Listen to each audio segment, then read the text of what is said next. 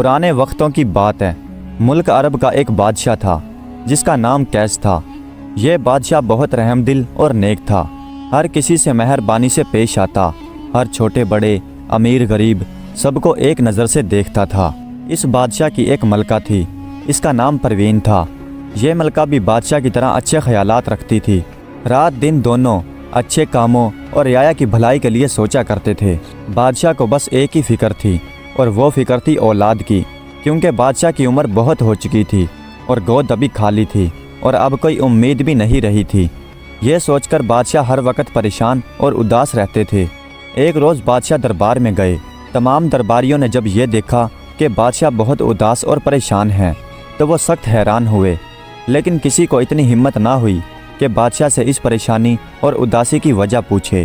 آخر تھوڑی دیر بعد ایک وزیر اٹھا اور بادشاہ کے سامنے عرض کرنے لگا، بادشاہ سلامت، کیا میں جان سکتا ہوں کہ آپ کی اداسی کی وجہ کیا ہے؟ آپ کی اداسی کو دیکھ کر تمام درباری بھی پریشان ہیں۔ بادشاہ کہنے لگا، آپ کو تو پتہ ہے کہ ہماری شادی کو کتنا عرصہ گزر گیا، لیکن ابھی تک اولاد نہیں ہوئی اور اب کوئی امید بھی نہیں ہے۔ میں اس خیال سے ہی پریشان ہو جاتا ہوں کہ میرے مرنے کے بعد لوگوں میں انصاف کون کرے گا اور ان کی بھلائی کے لیے کون سوچے گا؟ وزیر کہنے لگا، بادشاہ سلامت، آپ نا امید نہ ہوں۔ اس شہر کے باہر ایک پیر رہتا ہے جو ایسے ضرورت مندوں کو ایسی دوا دیتے ہیں کہ جن کے ہاں اولاد نہیں ہوتی ان کی جھولیاں بھر جاتی ہیں۔ میں تو کہتا ہوں کہ آج ہی ان کے پاس تشریف لے جائیں، ہو سکتا ہے کہ اللہ پاک کے فضل و کرم سے آپ کی مراد پوری ہو جائے۔ تھوڑی دیر بعد دربار برخاست ہوا اور بادشاہ اور وزیر محل سے نکل کر ایک ایسے راستے پر روانہ ہوئے جو شہر سے کچھ فاصلے پر تھا۔ آخر کار وہ چلتے چلتے ان پیر صاحب کے جھونپڑی کے پاس پہنچ گئے اور جھونپڑی میں داخل ہو گئے۔ اس جھونپڑی میں سفید لباس میں ایک بزرگ بیٹھے ہوئے تھے۔ وزیر نے سلام کے بعد عرض کیا، حضور، بادشاہ سلامت تشریف لائے ہیں، اور یہ تو آپ کو بھی علم ہوگا کہ بادشاہ کی عمر بہت زیادہ ہو گئی ہے اور ابھی تک بادشاہ کے ہاں اولاد نہیں ہوئی۔ یہ سن کر پیر صاحب نے قریب رکھے ایک صندوق میں سے ایک پڑیا نکالی اور بادشاہ کو دیتے ہوئے کہنے لگے، بادشاہ سلامت، اسی 14ویں رات کے 12 بجے ایک پیپل کے درخت کے نیچے یہ دوا ملکہ کو کھلا دیں، اور یاد رہے کہ پورے 12 بجے ہی کھلائیے گا۔ اگر خدا نے چاہا تو 9 ماہ بعد آپ کے ہاں بچہ ہوگا، اور یہ بھی یاد رہے کہ پیدائش کے 14 سال تک اس بچے کو بنورے میں رکھنا، ورنہ آپ کو سخت مصیبت اٹھانا پڑے گی۔ بادشاہ اور وزیر نے پیر صاحب کا شکریہ ادا کیا اور رات ہونے سے پہلے پیر صاحب کے خیمے سے رخصت ہو گئے۔ بادشاہ خوشی خوشی محل میں داخل ہوئے تو ملکہ نے خوشی کی وجہ پوچھی۔ پھر بادشاہ نے سارا واقعہ کہہ سنایا۔ ملکہ بھی یہ سب سن کر بہت خوش ہوئی۔ پھر 14ویں رات کے 12 بجے محل کے باغیچے میں ایک پیپل کے پیڑ کے نیچے بادشاہ نے ملکہ کو وہ دوا کی پوڑی دی جو پیر صاحب نے دی تھی۔ ملکہ نے بسم اللہ پڑھ کر اس دوا کو کھا لیا، اور پھر اللہ کے فضل و کرم سے 9 ماہ بعد ملکہ کے ہاں ایک بیٹی ہوئی، جس کے سنہرے بال، لمبی سی گردن، چھوٹی چھوٹی آنکھیں، اس کے پتلے پتلے ہونٹ اس کے حسن پر سہاگے کا کام کر رہے تھے۔ سب سے پہلے جو خادمہ بادشاہ کو یہ خبر سنانے کے لیے آئی، اس کی جھولی ہیرے جواہرات سے بھر دی گئی اور وہ مالا مال کر دی گئی، اور وہ بادشاہ کو دعائیں دیتی ہوئی واپس چلی گئی۔ پورے شہر میں خوشیوں کا جشن منایا گیا، پوری رعایا میں انعامات تقسیم کیے گئے اور ایک خاص انعام پیر صاحب کو بھی دیا گیا۔ شہزادی کا نام اسرا رکھا، اور اسی روز شہزادی اسرا کو ایک شیشے کے محل میں بھیج دیا گیا۔ شیشے کے اس محل میں بادشاہ کے علاوہ کوئی نہیں جاتا تھا۔ جب اسرا کی عمر کچھ زیادہ ہوئی تو اس کی پڑھائی کے لیے ایک استادنی رکھی گئی جو شہزادی اسرا کو پڑھایا کرتی تھی اور تعلیم دیتی تھی۔ پڑھائی کے بعد شہزادی اسرا بیکار بستر پر پڑی رہتی تھی اور کروٹیں بدلتی رہتی تھی۔ اب وہ تنہائی اور اکیلے پڑے رہنے سے گھبراتی تھی، یہاں تک کہ وہ رونے لگ جاتی تھی۔ ایک دن ملکہ شہزادی کے پاس آئی اور شہزادی کو روتے ہوئے دیکھا تو رونے کی وجہ پوچھی۔ پھر شہزادی نے اپنے اکیلے پن کا رونا رویا۔ ملکہ نے شہزادی اسرا کو سمجھایا کہ بس 1 سال کی اور بات ہے، پھر ہم یہاں سے چلے جائیں گے اور تم سب سے مل سکتی ہو۔ ملکہ نے لاکھ سمجھایا بجھایا، لیکن شہزادی نہ مانی۔ آخر ملکہ نے تنگ آ کر اسے باغیچے میں بھیج دیا تاکہ پھولوں اور پرندوں کو دیکھ کر اپنا من بہلائے۔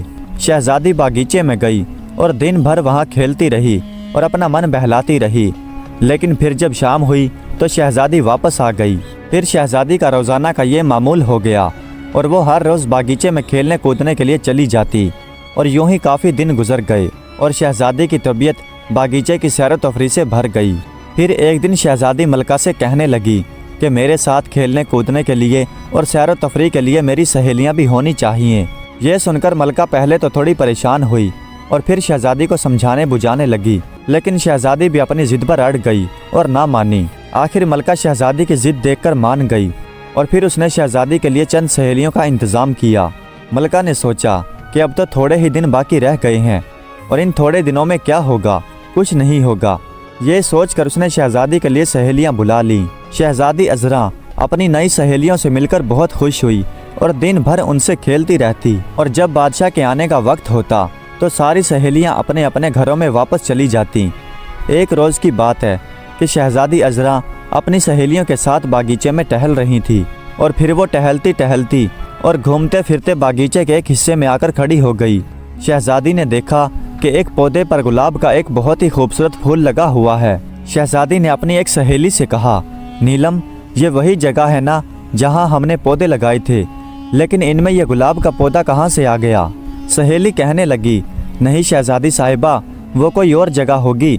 پھر بات آئی گئی ہو گئی، اور پھر شہزادی نیلم نے اس پھول کو توڑنے کے لیے ہاتھ آگے بڑھایا ہی تھا کہ آنن فانن اتنی زور کی آندھی چلنے لگی کہ خدا کی پناہ، آسمان پر تاریکی کے بادل چھا گئے، ہر طرف اندھیرا ہی اندھیرا تھا۔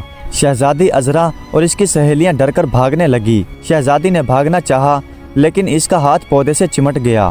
شہزادی نے اپنے آپ کو چھڑانے کی بہت کوشش کی لیکن وہ ناکام رہی، اور دیکھتے ہی دیکھتے گلاب کا وہ پودا بھی وہاں سے غائب ہو گیا، اور اس پودے کی جگہ سکرات جادوگر وہاں پر کھڑا تھا۔ اسے دیکھتے ہی شہزادی بے ہوش ہو گئی، اور وہ شہزادی کو اٹھا کر وہاں سے یہ جا اور وہ جا۔ تھوڑی دیر بعد آندھی کم ہوئی، گھٹا کھلی تو تمام سہیلیوں نے شور مچا دیا کہ شہزادی کو جادوگر اٹھا کر لے گیا۔ اس خبر نے پورے محل میں کوہرام مچا دیا۔ بادشاہ اور ملکہ کا پریشانی سے برا حال تھا۔ محل میں خوشی کی جگہ صف ماتم بچھ گئی۔ یہ حادثہ ہی اتنا علم انگیز تھا کہ ملکہ کو جتنا بھی غم ہوتا وہ کم تھا۔ ملکہ نے کھانا پینا چھوڑ دیا اور بادشاہ نے دربار میں جانا چھوڑ دیا۔ بادشاہ کے وزیر اور درباریوں نے بادشاہ کے غم کو دور کرنے کی کوشش کی لیکن کوئی فائدہ نہ ہوا، اور دن ایسے ہی گزرتے رہے۔ پھر ایک دن بادشاہ وزیر کے کہنے اور سننے پر دربار چلے گئے اور شہزادی عذرا کو اس جادوگر کے پنجے سے چھڑانے کے لیے ترکیبیں سوچنے لگے۔ بالآخر یہ طے پایا کہ پورے ملک میں اعلان کروا دیا جائے کہ جو شخص بھی شہزادی عذرا کو اس جادوگر کے پنجے سے چھڑا کر لائے گا اسے 50,000 اشرفیوں کا انعام دیا جائے گا۔ چنانچہ ملک کے بہت سے بہادر نوجوان شہزادی عذرا کو تلاش کرنے کے لیے سفر پر نکل گئے۔ سبھی شہزادی عذرا کو ڈھونڈنے میں ناکام رہے اور سبھی اس سفر میں مر کھپ گئے۔ ان کا حال دیکھ کر دوسرے لوگوں کی ہمت بھی جواب دے گئی اور دوبارہ کوئی بھی اس کام کے لیے جانے کے لیے تیار نہ ہوا۔ آخر بادشاہ نے پھر 1,00,000 اشرفیوں کا ڈھنڈورا پٹوایا، اور سنتے سناتے یہ بات ایک ایسے محلے میں پہنچ گئی جہاں ایک درزی رہتا تھا۔ درزی کا ایک نوجوان بیٹا تھا جس کا نام اصغر تھا۔ درزی کی پہلی بیوی مر چکی تھی اور درزی نے دوسری شادی کر لی تھی۔ نئی ماں اصغر کے ساتھ حقیقی ماں جیسا سلوک کرتی تھی، لیکن جب اس کے ہاں بچہ ہوا تو اس کا رویہ اصغر کے ساتھ بدل گیا۔ محبت نفرت میں اور رحم و کرم ظلم میں تبدیل ہو گئے۔ اس کے بعد اصغر پر مصیبتوں کے پہاڑ ٹوٹنے لگے۔ سارا دن محنت مشقت کے بعد رات کو بس سوکھی روٹی کھانے کو ملتی۔ نہ صرف یہ بلکہ آئے دن مار پیٹ حصے میں آتی۔ ہر وقت چھوٹے بھائی کو گود میں لیے رہتا تھا، اگر وہ روتا تو اسے بھی مار پیٹ کر روایا جاتا، اور سوتیلی ماں درزی کے خوب کان بھرا کرتی تھی جس سے وہ اصغر کو خوب مارتا تھا۔ بیچارے اصغر کی کیا مجال کہ وہ کچھ بول سکے، وہ بیچارہ بہت مجبور تھا۔ چپ چاپ ظلم و ستم سہتا رہا اور صبر کے گھونٹ پیتا رہا۔ جب اصغر نے بادشاہ کا یہ اعلان سنا تو وہ بہت خوش ہوا اور سوچنے لگا کہ کیوں نہ شہزادی کو تلاش کیا جائے۔ اگر میں اس سفر میں مر کھپ گیا تو بہت اچھا ہوگا۔ زندگی تو ویسے بھی اجیرن ہو گئی ہے، اس روز کی مار پیٹ سے چھٹکارا مل جائے گا، اور اگر شہزادی مل گئی پھر تو وارے کے نیارے 1,00,000 اشرفیوں کا ڈھیر قبضے میں ہوگا۔ پھر آخر کار اصغر چند سوکھی روٹیاں اپنے ساتھ لے کر قسمت یا نصیب کہتا ہوا بادشاہ کے محل کی طرف چل پڑا۔ دن بھر کے سفر کے بعد اصغر بادشاہ کے محل میں جا پہنچا۔ بادشاہ اصغر کو دیکھ کر بہت خوش ہوا اور اصغر کو رات محل میں گزارنے کے لیے کہا۔ اصغر راضی ہو گیا۔ بادشاہ نے اصغر کی بہت خدمت کی اور پھر صبح ہوتے ہی اصغر شہزادی کا تلاش کرنے کے لیے محل سے نکل کھڑا ہوا اور پھر وہ کئی دن چلتا رہا۔ چلتے چلتے آخر کار وہ تھک کر چور ہو گیا اور وہ ایک درخت کے نیچے لیٹ کر سو گیا۔ جب اصغر کی آنکھ کھلی تو وہ کیا دیکھتا ہے کہ وہ ایک سادہ سے محل میں ہے۔ اس کے سامنے بہت سی پریاں کھڑی ہیں۔ اصغر نے حیران ہو کر ایک پری سے کہا کہ میں کہاں ہوں؟ ایک پری مسکرا کر بولی کہ تم اس وقت پرستان میں ہو۔ میں تمہارے دیش سے واپس آ رہی تھی کہ تمہیں ایک درخت کے نیچے لیٹا پایا۔ میں یہ سمجھی کہ تم بے ہوش ہو۔ تمہیں ہوش میں لانے کے لیے میں نے بہت کوشش کی لیکن تم نے آنکھ نہ کھولی۔ آخر میں تمہیں یہاں لے آئی اور خدا کا شکر ہے کہ یہاں آنے کے بعد تم نے اپنی آنکھیں کھول دی۔ اب تم بتاؤ کہ تم کون ہو؟ اصغر بولا، میں اصغر ہوں اور میں اپنے ملک کی شہزادی کو تلاش کرنے کے لیے آیا تھا۔ میں کئی دن تک چلتے چلتے بہت تھک گیا تھا، اسی لیے ایک درخت کے نیچے لیٹ کر سو گیا تھا اور جب میری آنکھ کھلی تو اپنے آپ کو یہاں پایا۔ اے رحم دل پری، آپ کا نام کیا ہے؟ پری بولی، میرا نام سریا ہے۔ اصغر بولا، کیا تم میری مدد نہیں کرو گی؟ پری بولی، ہاں کیوں نہیں، اور یہ لو کھڑاؤں، انہیں پہن کر تم اپنے ملک واپس پہنچ سکتے ہو۔ یہ لو کھنجر، اس سے تم جادوگر کو ہلاک کر سکتے ہو۔ اصغر بولا کہ جادوگر کہاں رہتا ہے؟ پری بولی، آج کل وہ تمہارے ہی دیش میں رہتا ہے۔ تم ان کھڑاؤں کو پہن کر جہاں بھی جانا چاہو جا سکتے ہو، یہ تمہیں وہیں پر پہنچا دیں گی۔ اور پھر اصغر بولا، تمہارا بہت شکریہ رحم دل پری، اب مجھے اجازت دو۔ اس نے کھڑاؤں پہن کر کہا کہ مجھے جادوگر کے محل کے پاس لے جاؤ۔ اتنا کہنا تھا کہ اصغر ہوا میں اڑنے لگا اور دیکھتے ہی دیکھتے وہ جادوگر کے ایک چھوٹے سے سادہ سے محل کے سامنے کھڑا تھا۔ وہاں پہنچ کر اصغر نے محل کے دروازے کو کھولنا چاہا لیکن وہ نہیں کھلا۔ ابھی وہ وہاں پہنچا ہی تھا کہ اچانک کسی کے رونے کی آواز آئی۔ اصغر ایک طرف جھاڑیوں میں جا کر چھپ گیا اور پھر محل کا دروازہ کھلا۔ جادوگر نے ایک منتر پڑھا اور دروازہ بند ہو گیا اور پھر جادوگر وہاں سے چلا گیا۔ جادوگر کے جانے کے بعد اصغر اس دروازے کے پاس پہنچا اور پھر اصغر نے بھی وہی منتر پڑھ دیا۔ وہ منتر پڑھتے ہی دروازہ کھل گیا اور اصغر محل کے اندر داخل ہو گیا۔ محل میں داخل ہوتے ہی اصغر نے دیکھا کہ وہاں پر خزانوں کے ڈھیر لگے ہوئے ہیں۔ ہر طرف ہیرے جواہرات موتی پڑے ہیں۔ کمرے کے بیچ میں ایک میز پر بہت سے قیمتی لال، یاقوت، نیلم اور بخراج بکھرے پڑے تھے اور ایک سبز رنگ کی تشتری میں کوئی نور ہیرا رکھا تھا۔ اس سے آگے بھی چھوٹے چھوٹے بہت سے کمرے تھے اور وہ بھی سونے چاندی سے بھرے ہوئے تھے۔ یہاں سے گھومتا پھراتا اصغر ایک باغیچے میں جا پہنچا۔ اس باغیچے میں بہت سے خوبصورت پھول تھے اور درختوں پر پرندے بیٹھے گانا گانے میں مصروف تھے۔ اب اصغر کو عذرا کی تلاش تھی۔ اسے پہلے کمرے میں دیکھا تو اسے وہاں نہ پایا۔ اچانک اسے ایک کمرے سے رونے کی آواز آئی۔ وہ کمرے کے تعاقب میں چل پڑا۔ آواز ایک بند کمرے سے آ رہی تھی۔ اصغر نے دروازے پر کان لگا کر محسوس کیا تو اسے پتہ چلا کہ شہزادی اسی کمرے میں ہے اور وہ رو رہی ہے۔ شہزادی کا رو رو کر برا حال تھا اور اب وہ ہڈیوں کا ایک ڈھانچہ معلوم ہوتی تھی۔ اصغر نے شہزادی سے کہا کہ شہزادی رو مت، میں تمہیں جادوگر سے چھڑانے کے لیے آ گیا ہوں۔ لیکن شہزادی بدستور روتی رہی۔ اصغر نے پھر کہا، شہزادی دروازہ کھولو، تمہارے ابا نے مجھے بھیجا ہے، میں تمہیں لینے کے لیے آ گیا ہوں۔ ابا کا نام سن کر شہزادی نے دروازہ کھول دیا اور اصغر کو دیکھ کر کہنے لگی کہ تم میرے ابا کے کہنے پر آئے ہو، تم یہاں کیسے آئے؟ یہ تو جادوگر کا محل ہے، وہ تمہیں بھی مار ڈالے گا۔ جادوگر یہاں بہت سے لوگوں کو پکڑ کر لاتا ہے اور انہیں بھون کر کھا جاتا ہے۔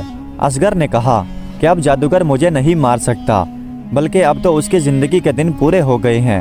اور ہاں، تم نے اپنا یہ کیا حال کر رکھا ہے؟